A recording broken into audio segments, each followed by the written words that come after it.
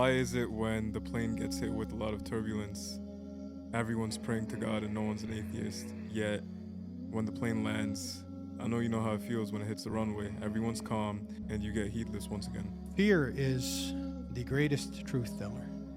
Fear is probably the most powerful emotion. God tells us in the Quran, and most surely we will try you with somewhat of fear and hunger and loss of property and lives and fruits, therefore give good news to the patient.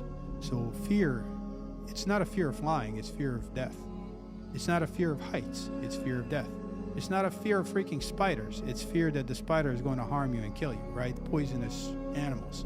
All of it is fear of death.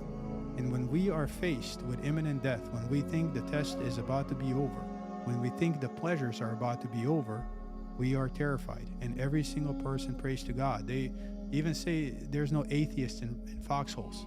That's a common saying in the United States. When you are in a war and you think you are going to die, you pray.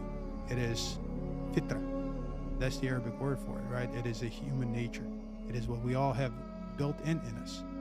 But when we land and the fear is gone away, we go on as if we never feared. And God tells us, how do you know you're not going to get back to that same position? How do you know I'm not going to cause a tornado to engulf you, right? I'm going to bring this back to you. And it's just, I'm giving you time for you to realize how misguided you are, how ignorant you are.